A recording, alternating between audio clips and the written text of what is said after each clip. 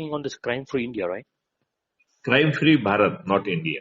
Bharat, exactly. Sorry, sir. Actually, क्या I'm based in Baragarh, just nearby Bhopal. Okay. Sir मेरा एक छोटा सा केस है, उसमें I just want your advice if you can give me some. Sir actually क्या मेरी एक जमीन है, एंड इस जमीन के पीछे my father and my mother they were like fighting against some of land mafia, I can say, you know, NGOs over here, जिन्होंने ट्राई किया था उसको कैप्चर करने का, and we won by court also. Court का degree आ गया, सब कुछ आ गया. फाइनली हम लोगों ने वहां पे शेड लगाया, और रातों रात वो शेड जब चोरी हुआ तो we went to police, and I told them can you write my FIR on this. सामने वाले अपना बोर्ड लगाए गए, वो चोरी करके गए. तो ही वाज लाइक नहीं, ये जमीन का मामला है, TI was there, he was like जमीन का मामला है, we are not able to write any FIR on this, आप अपने डॉक्यूमेंट लेकर आइए. मैं सब डॉक्यूमेंट यहाँ पे लेकर ही आया हूँ, अटैच है इसमें, इवन कोर्ट की डिग्री भी इसमें अटैच है, सब कुछ अटैच. सर सी बोलना नहीं चाह रहा हूँ, लेकिन some of how I got the information that those guys have bribed the police also, because those guys are actually can say land mafia of Bairagarh. देखो एक चीज समझना पड़ेगी जी कि आप जो है असुर शक्तियों से घिर चुके हैं, और ये राजनीतिक शक्तियां भी उन असुर शक्तियों का हिस्सा है. जी सर. और जो तंत्र है ये पूरी तरह से राजनेताओं के ग्रिप में पहुंच गया है जी, और अब जो है आपको न्याय मिलना बहुत मुश्किल काम है. पर सर कोर्ट के आदेश के अगेंस्ट में ये लोग जा रहे हैं ना. आप कंटेम्प्ट लगवा दीजिए ना उसमें, उसका एनफोर्समेंट की पिटीशन लगती है, तो डिक्री एनफोर्समेंट कहते हैं उसको. जी सर. डिक्री एनफोर्समेंट का एक एप्लीकेशन लगा के उसको करिए, और इनको जो है राइटिंग में वो भेजिए कि इन धाराओं का अपराध है. आपका जो है सेक्शन 154(1) में ये आपका पदी कर्तव्य है कि आप इसका संज्ञान लें. आपके द्वारा इन पदों का वो नहीं किया जा रहा है. यदि आपके द्वारा संज्ञान नहीं लिया गया तो आपके विरुद्ध प्रशासनिक और वैधानिक कार्रवाई करने के लिए कमिश्नर ऑफ पुलिस को लिखा जाएगा. नहीं, अभी क्या लिखते हो कि श्रीमान जी मेरी एफआईआर लिखिए. आपको उसमें ये बताना है कि एफआईआर लिखना आपका पदी कर्तव्य है, विधिक कर्तव्य है. जी सर. मेहरबानी नहीं है. जी सर. मेहरबानी मांगना बंद करिए. सर मेहरबानी नहीं मांगी सर. एक्चुअली क्या हुआ, जिस दिन ये कांड हुआ ना, वो लोग नहीं ले रहे थे ना, तो I complaint in CM helpline and complaint in dial 100 also. मैंने और दोनों से कंप्लेंट किया कि ऐसी बात है. उसके बाद मैं चार बार मुझे उसके साथ साथ जो है आप राइटिंग में भेजिए रजिस्टर्ड डाक से, और कमिश्नर को भी रजिस्टर्ड डाक से भेजिए. फेस टू फेस मिलने जाइए. सर कमिश्नर को हम लोगों ने भेज दिया है. नहीं भेजिए नहीं, जाके मिलिए भी और उनसे कहिए कि साहब ये आपका विधिक दायित्व है अंदर 156(3). हाँ, तो आप 156(3) के तहत आप जो है ना अपने थानेदार के विरुद्ध कार्रवाई करिए कि जो है संज्ञेय अपराध हुआ. आप कैसे कह रहे हैं नहीं हुआ है? सीधा चोरी का अपराध है. हमने कोई चीज उठाई है और वो चोरी बिना हमारी सहमति के चुरा के ले गया है, चोरी का अपराध क्यों नहीं है भाई? सर वही ना, एक्चुअली क्या है, मेरे एडवोकेट ने बोला, हम लोग गए थे, हर जगह गए थे, कोई सुनवाई नहीं हो रही. एक्चुअली इनकी पकड़ बहुत ऊपर तक है.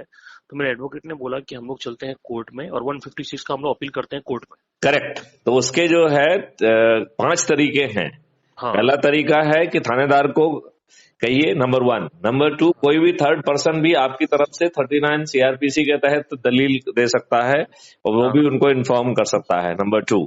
नंबर 3, 154(3) में एसपी और पुलिस का जो बॉस है, he can take the cognizance and he can direct, right. तो अभी यहाँ कमिश्नरी सिस्टम आ गया है, तो डीसीपी और एसपी इक्विवेलेंट होता है. तो जो डीसीपी है उसे अधिकार प्राप्त है कि वो संज्ञान ले और उसके तहत कार्रवाई करे, राइट जी. तो डीसीपी आपके क्षेत्र क्या है उनके पास जाके भी दीजिए और उनसे भी ये लिखिए कि साहब जो है 154(1) में जो है ना थानेदार का पदी कर्तव्य था उसमें संज्ञान नहीं लिया है. कृपया जो है ना आप ये बताएं कि जब जो हमने सामान रहा है और मेरी बिना मर्जी के जो है ना कोई चुरा के ले गया है और चुराने वाला ये व्यक्ति है, तो ये इन धाराओं का अपराध क्यों नहीं है? जी सर. क्यों नहीं है बताइए ना. वही मैं एक्चुअली जब गया था ना, मेरी बहस हो गई टीआई से. बहस किस बात पे हुई कि मेरे पास वीडियो. देखो आप टीआई से बहस करोगे तो वो आपको 2 डंडे मारेगा और बंद कर देगा. वही प्रॉब्लम आ रही है सर. तो आप उसके पास जाइए ना, आप जाइए सीनियर ऑफिसर के पास. अंडरस्टूड. आप गृह मंत्री के पास जाइए, आप सीएम के पास जाइए. सर मैं सबके पास गया था, इनफैक्ट मैं मतलब गृह मंत्री के पास भी गया था। आप राइटिंग में करिए और फिर 156(3) में कोर्ट को अधिकार है आदेश देने का। तो जी उसमें जो है ना, आपने थानेदार को किया, आपने डीसीपी को किया, आपने कमिश्नर ऑफ पुलिस को किया है हाँ और उन्होंने संज्ञान नहीं लिया है, तो 156 सीआरपी के तहत जो है वो हाँ कोर्ट संज्ञान ले सकता है। 482 के तहत हाई कोर्ट संज्ञान ले सकता है और अंडरस्टूड पीआईएल और कंटेम्प्ट पिटीशन के तहत इवन सुप्रीम कोर्ट भी संज्ञान ले सकता है। Understood sir. इतना ज्यादा वो अवेलेबल है। जी हमने अनफॉर्चुनेटली इंस्टीट्यूशनल मैकेनिज्म पैदा नहीं की है। हाँ इंस्टीट्यूशनल मैकेनिज्म नहीं है तो ये सब लॉर्ड बने हुए हैं, नहीं तो ये सब बराबर दड़बे में घुसते। बराबर इवन जो है गवर्नमेंट भी इस बात पे गिराई जा सकती है, हाँ because it is the constitutional responsibility under schedule 7 entry 2 list 2 of the constitution.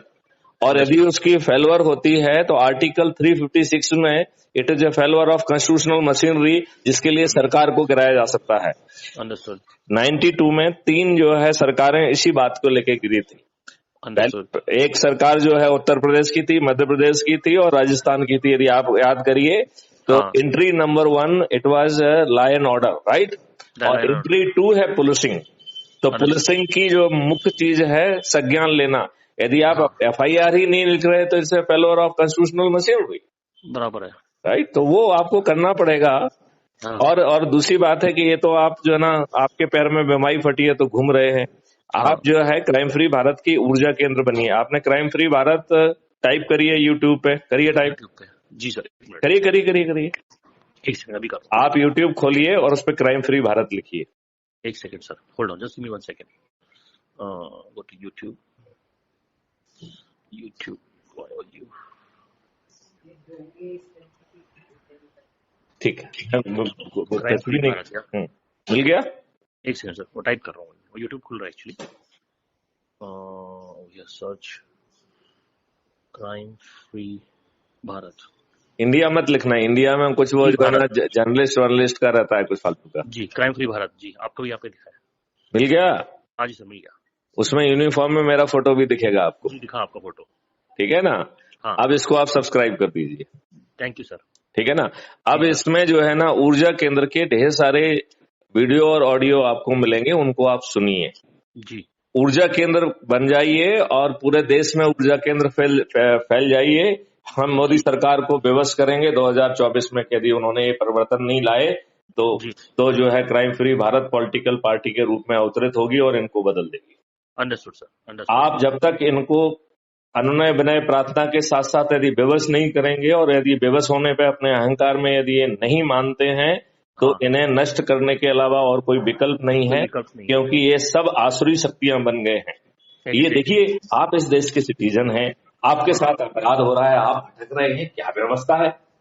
मतलब आप जो है, जो इस भारत के नागरिक हैं, सिटीजन हैं, सॉवरेन हैं, हाँ वो जो है इन लॉर्ड्स, इनके ये सब बाकी सब लॉर्ड बन गए हैं।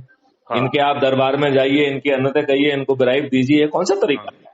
हाँ और ये इसमें जो है ना लहजा बदलना होगा। अब इनसे प्रार्थना करना बंद कर दीजिए। आपकी यह वैधानिक जिम्मेवारी है। हाँ यदि आप इस वैधानिक जिम्मेवारी को पूरा नहीं करोगे तो प्रशासनिक कार्रवाई भी होगी और वैधानिक कार्रवाई भी होगी। अंडरस्टूड। और वकीलों से भाषा बदलवाइए, हाँ उनसे कहिए कि इन्होंने वैधानिक जो है ना जिम्मेवारी का निर्वहन नहीं किया है, इनके विरुद्ध कार्रवाई की जाए। जी वैसे टचवुड मेरा वकील जो है बहुत स्ट्रांग है, वो बहुत स्ट्रेट बात करता है। नहीं इस बात नहीं, हम अपने आवेदन में पुराने तरीके से लिखना बंद कर दें। हाँ इवन कोर्ट को लिखा जाए कि आपका विधिक कर्तव्य है अंडर 156(3). लॉर्ड क्यों बना रहे हैं हम उनको।